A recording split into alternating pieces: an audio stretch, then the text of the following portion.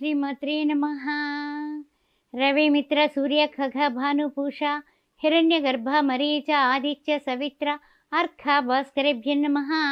శ్రీ సూర్యనారాయణ అని అనుకుంటూ మనం పాటలు పాడుకుంటాం కదా.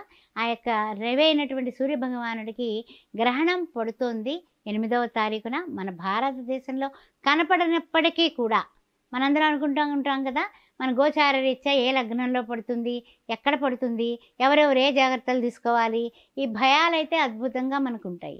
మర్నాడు చూస్తేనేమో మనకు చక్కగా సంవత్సరాది ఉగాది అయింది. అందువలన మన భయాలు అన్నీ అటక మీద పెట్టేయచ్చు, మనకు కనపడదు కాబట్టి.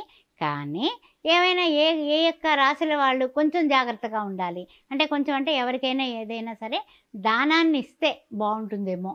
ఆ గ్రహణ ప్రభావం ప్రపంచానంతటికీ సూర్యుడు ఒక్కడే కదా అని తెలివైన వాళ్ళు కూడా ఉన్నారు కాబట్టి అందరికీ కూడా కొన్ని విషయాలు మనం పంచుకుందాం. ఏంటంటే కనుక వృశ్చిక లగ్నంలో పడుతుంది. మన భారతదేశ లాంగిట్యూడ్ లాటిట్యూడ్ ప్రకారము వృశ్చిక లగ్నంలో కనిపిస్తోంది ఇది. అయితే ఏంటంటే నక్షత్రం చూస్తే రేవతి నక్షత్రం 3వ పాదంలో మీనరాశిలో కనపడుతుంది. ఆ విషయాన్ని గుర్తుపెట్టుకోండి. తర్వాత విషయానికి వచ్చినట్లయితే కనుక మరి ఎవరికి ఏమిటి, మంచి ఏమిటి, చెడు ఏమిటి అని ఆలోచిస్తే కనపడని దానికి వీడియో ఎందుకండి అనేవాళ్ళు కూడా ఉన్నారు. కానీ కొంచెం డౌట్స్ ఏమైనా ఉంటే ఎవరో ఒకళ్ళో ఇద్దరో డౌట్ పడతారు కదా, వాళ్ళకి కూడా క్లారిటీ ఇచ్చేద్దాం.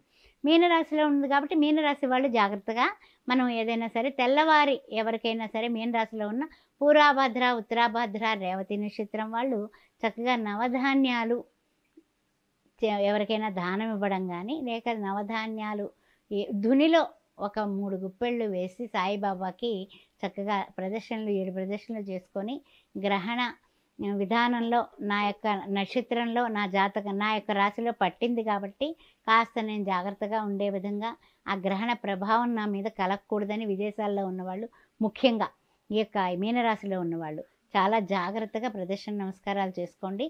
అన్ని విధాలా ఉపయుక్తంగా ఉంటుంది. తర్వాత ఏదైనా సరే ఏదైనా అనాథ శరణాలయానికి భోజనానికి మీరు మీ యొక్క శక్తానుసారం దానం చేయండి. అది మీనరాశి వారికి. ఆ తర్వాత చూసినట్లయితే కనుక మనకి ఈ గ్రహణ ప్రభావం అర్ధాష్టమంగా మిథున రాశి వారికి, ఆ తర్వాత తులారాశి వారికి, కుంభరాశి వారికి కూడా కనపడుతుంది. ఈ 4 రాశుల వాళ్ళు కూడా అన్నదానం చేయడం చాలా చాలా మంచిదన్నమాట. ఆ విషయం గుర్తుపెట్టుకోండి. సరే, ఎలాగ మరి వృశ్చిక లగ్నంలో పడుతుంది కాబట్టి వృశ్చిక లగ్నంలో ఉన్న విశాఖ నక్షత్రం వాళ్ళు కూడా నేను ఇప్పుడు చెప్పినటువంటివన్నీ కూడా పాటిస్తే, వృశ్చిక రాశిలో ఉన్న జ్యేష్ఠ అనురాధ కూడా పాటించడం చాలా మంచిదే. ఆ విషయాన్ని గుర్తుపెట్టుకోండి. తర్వాత విషయానికి వస్తే మధ్యమంగా ఎవరున్నారు, ఏ రాశుల వాళ్ళు ఉన్నారు అని మనం ఆలోచించినట్లయితే మధ్యమంగా చూసినట్లయితే కనుక మనకి మేషరాశి వాళ్ళు కానీ, కన్యారాశి వాళ్ళు కానీ, కుంభరాశి వాళ్ళు కానీ, ధనుర్రాశి వాళ్ళు కానీ ఈ 4 కూడా మనకి మధ్యమైనటువంటి ఫలితాలు ఉంటాయి. అంటే ఏంటంటే మనకు ఎలాగా కనపడదు, కానీ ఆయా దేశాల్లో ఉన్నవాళ్ళు కాస్తంత ఏదైనా దానం కానీ, తర్వాత ఏదైనా ధర్మం కానీ, ఎవరికైనా వస్త్రాలు కానీ, ఆ తర్వాత నవగ్రహాల శాంతి హోమం కానీ చేయించుకోవడం అనేది ఈ రాశుల వాళ్ళకి, అంటే ముందు ముఖ్యంగా చెప్పినటువంటి మీనరాశి వాళ్ళకి, మిథున రాశి వాళ్ళు, తులారాశి వాళ్ళు, కుంభం, మీనం వీళ్ళందరూ కూడా మనం చేయించుకోవాలి. అదే కాకుండా మధ్యమంగా ఉన్నవాళ్ళు ఎవరికైనా అన్నదానం వస్త్రదానం చేసుకుంటే చాలా మంచిది. తర్వాత ఇంకా ఆఖరికి చివరగా వచ్చాయి అంటే పర్వాలేదు, ఏం పర్వాలేదు అనుకునే రాశులు కొన్ని ఉన్నాయి కదా, అవి వృషభం, కర్కాటకం, సింహం, ఆ తర్వాత మకరం. ఇవన్నీ కూడా మాకేం పర్వాలేదు అనుకునేటటువంటివి. అందువలన వీళ్ళు ఏమి దానం చేసినా వీళ్ళ ఇష్టమే, ఏ రకంగా చేయకున్నా కూడా వీళ్ళకి పర్వాలేదు. అందువల్ల ఈ విషయాలను గుర్తుపెట్టుకోండి.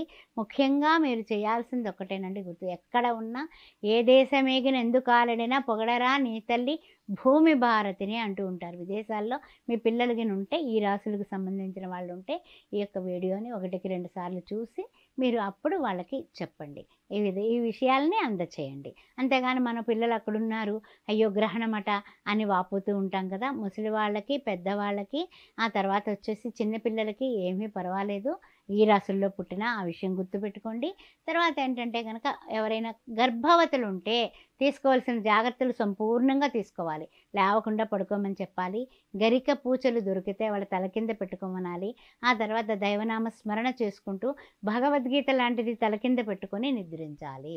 ఈ విషయాలు గుర్తుపెట్టుకోండి. ఆహార వ్యవహారాలన్నీ కూడా గ్రహణ సమయానికి, అంటే మనకైతే 9, 12 నుంచి చెప్తున్నాం కదా, వారికి అక్కడ ఏ టైం అవుతుందో అన్నది మీరు క్యాలిక్యులేషన్ చేసుకొని ఆ టయానికి 2 గంటల ముందు తినేసి వీళ్ళు చక్కగా హ్యాపీగా పడుకోవాలంతే. అంతేగాని ఆ దుప్పటి గిల్లడమో, లేకపోతే ఏదైనా సరే మనము టైం ఉంది కదా అనేసి అల్లడాలు, లేకపోతే మాధ్యమాలు చూడటాలు ఏం చేసుకోవద్దు. చక్కగా విష్ణు సహస్రనామం పెట్టుకోండి.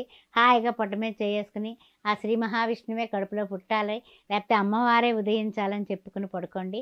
ఆ గ్రహణ భయం అనేది లేకుండా ఆనందంగా ఉండండి. స్నానాలు ఎప్పుడు చేయాలి అంటూ ఉంటారు కదా. మన భారత కాలమాన ప్రకారం సోమవారం రాత్రి 9 గంటల 12 నిమిషాలకి ఇది వస్తుంది కాబట్టి, ఆ తర్వాత రాత్రి 1 గంట 25 నిమిషాలకు అయిపోతుంది కాబట్టి, ఆయా దేశాలలో ఆ టైమింగ్స్ లాంగిట్యూడ్ లాటిట్యూడ్ చూసుకొని పట్టు స్నానం విడుపు స్నానం చేసుకుని మననాత్ త్రాయతే మంత్ర అంటాము. అందువల్ల గాయత్రి మంత్రం దగ్గర నుంచి, గణపతి మంత్రాల దగ్గర నుంచి, గురు మంత్రాల దగ్గర నుంచి, ఉపదేశం ఉన్న వాళ్ళు తప్పకుండా విదేశాల్లో ఉన్నా కూడా ఇవి మంత్రాలు ఉపాసన చేసుకోవలసిందే. శ్రీమాత్రే నమః.